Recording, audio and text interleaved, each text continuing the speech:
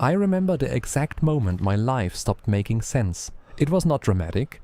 There was no flash of light, no warning, no moment where the universe leaned in and whispered, "Pay attention, something is about to change." It was just a Tuesday evening in March, cold enough to bite through my jacket, and I was walking home from college with my bag on my back and my eyes half closed from exhaustion, thinking about nothing except getting horizontal on my mattress as fast as physically possible. And then I turned the corner onto my street and stopped. Everything I owned was on the pavement. Boxes, bags, my desk fan with the broken speed dial that I had been meaning to fix for 8 months, my second-hand novel stacked in a plastic crate, my college notes from last semester bundled with a rubber band that was already coming loose, all of it, outside, under the cold March sky, like it had been rejected by the building itself. I stood there for a long moment just staring. My brain kept trying to rearrange what I was seeing into something that made more sense.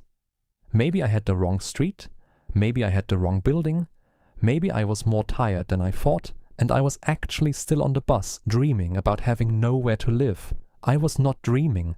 My landlord had left a note tucked under my favorite mug, which he had also left outside, which I feel says everything you need to know about the kind of person he was. The note said, "Rent overdue since November. Do not come back inside."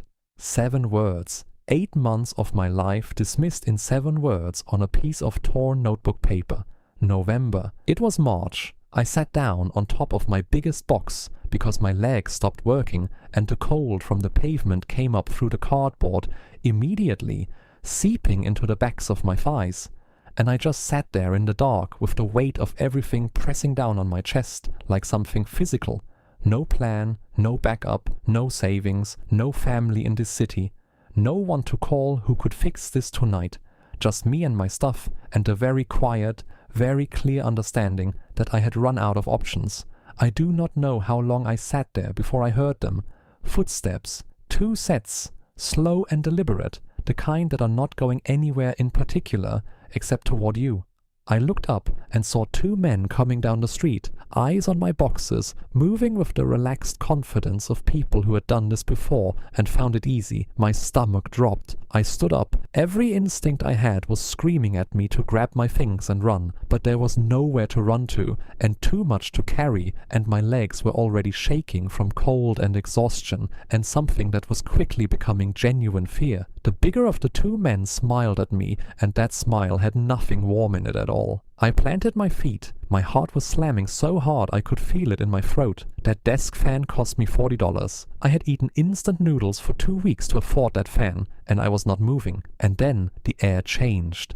That is the only way I know how to describe it. The air changed. The temperature dropped another degree or 2 in the space between one breath and the next, and something settled over the street like a presence, like a weight, like the feeling you get standing at the edge of something very deep and suddenly becoming aware of exactly how far down it goes.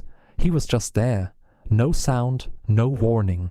One moment, the street behind those 2 men was empty, and the next moment he was standing in it, between them and me, like he had been there the whole time, and we had simply failed to notice him until now.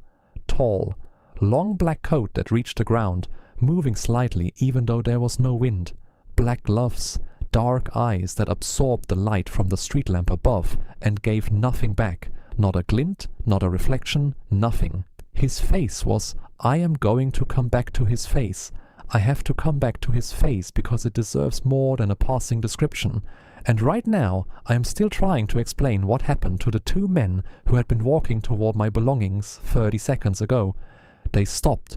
The bigger one, the one who had smiled at me, took one look at the man in the black coat, and whatever confidence he had been carrying drained out of him so completely and so fast that I could almost see it leaving. Neither of them said a word. They just turned around and walked away, not running. Somehow that was worse than running. They walked away like they had made a very calm and very permanent decision about somewhere else they needed to be. And then there was just the street, my boxes, the cold, and him. I should have said something.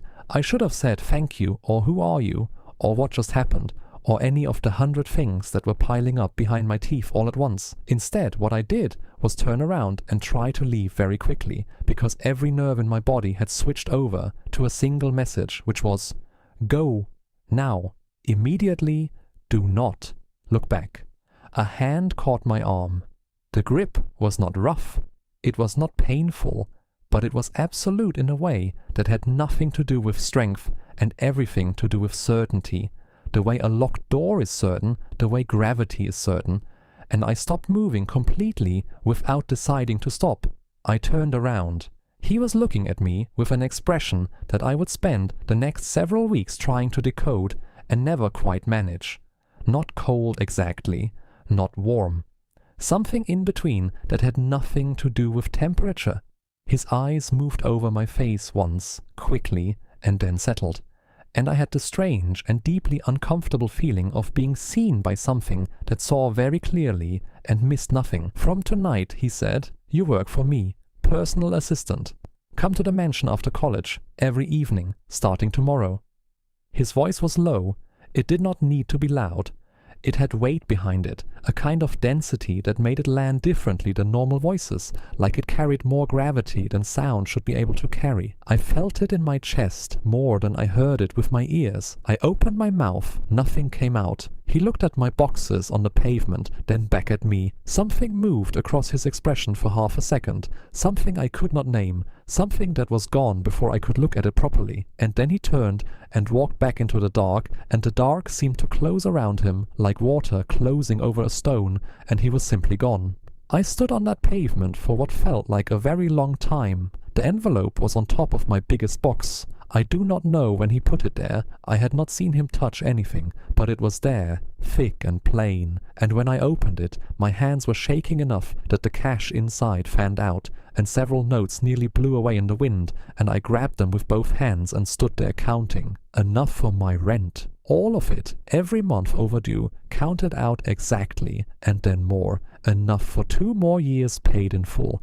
And then a little extra on top, neat and precise, like an afterthought.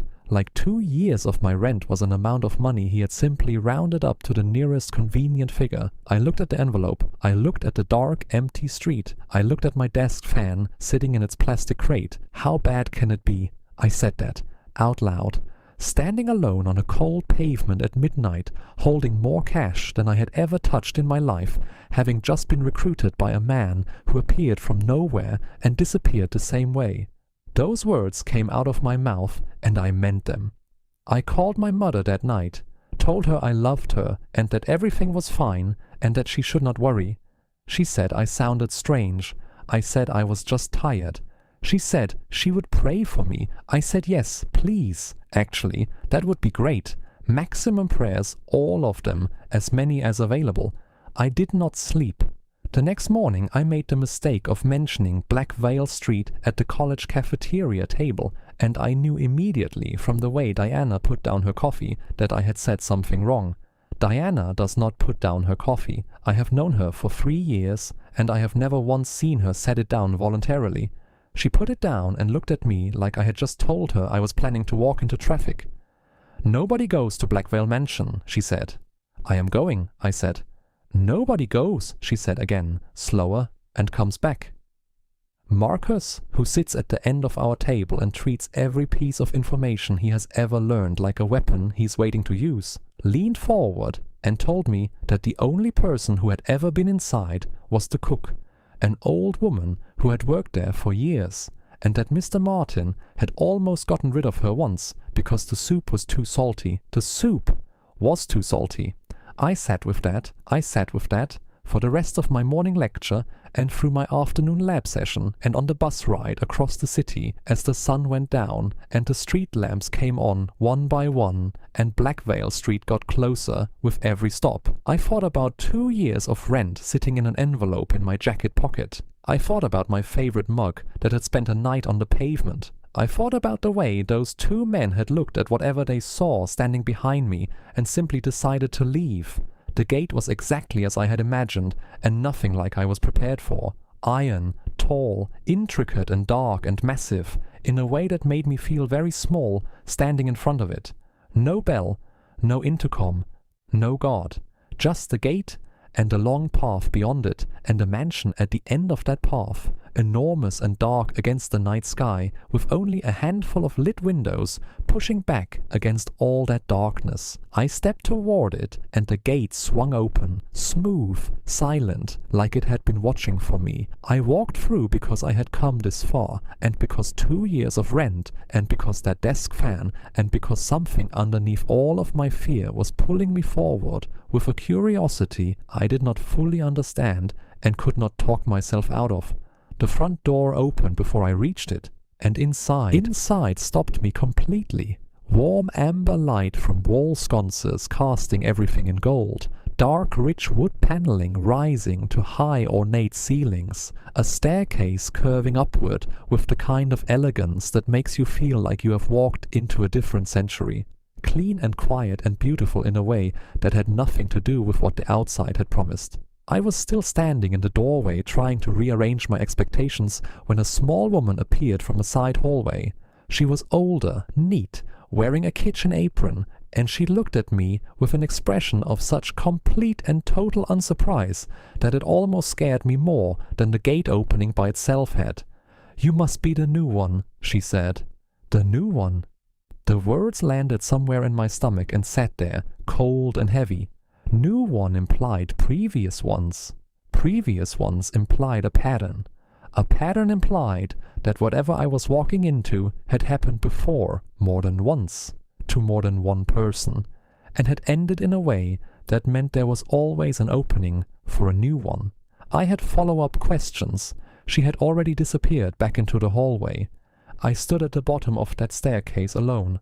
The house was quiet around me in a way that felt less like emptiness and more like listening, like the walls were paying attention, like something in this building had noted my arrival and was waiting to see what I would do next. "First door on the right," she had said. I put my hand on the banister. The wood was cold under my palm. I took one breath, and then I climbed. The hallway at the top was long. The wall lamps here were dimmer, spaced further apart, leaving stretches of shadow between each pool of light.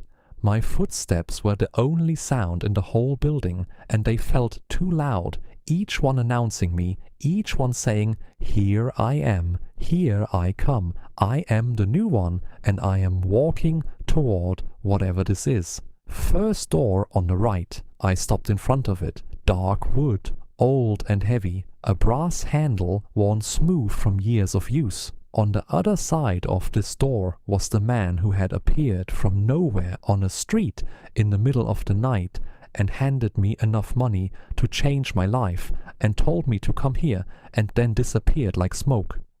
I raised my hand. I knocked. The door swung open before my knuckles touched the wood,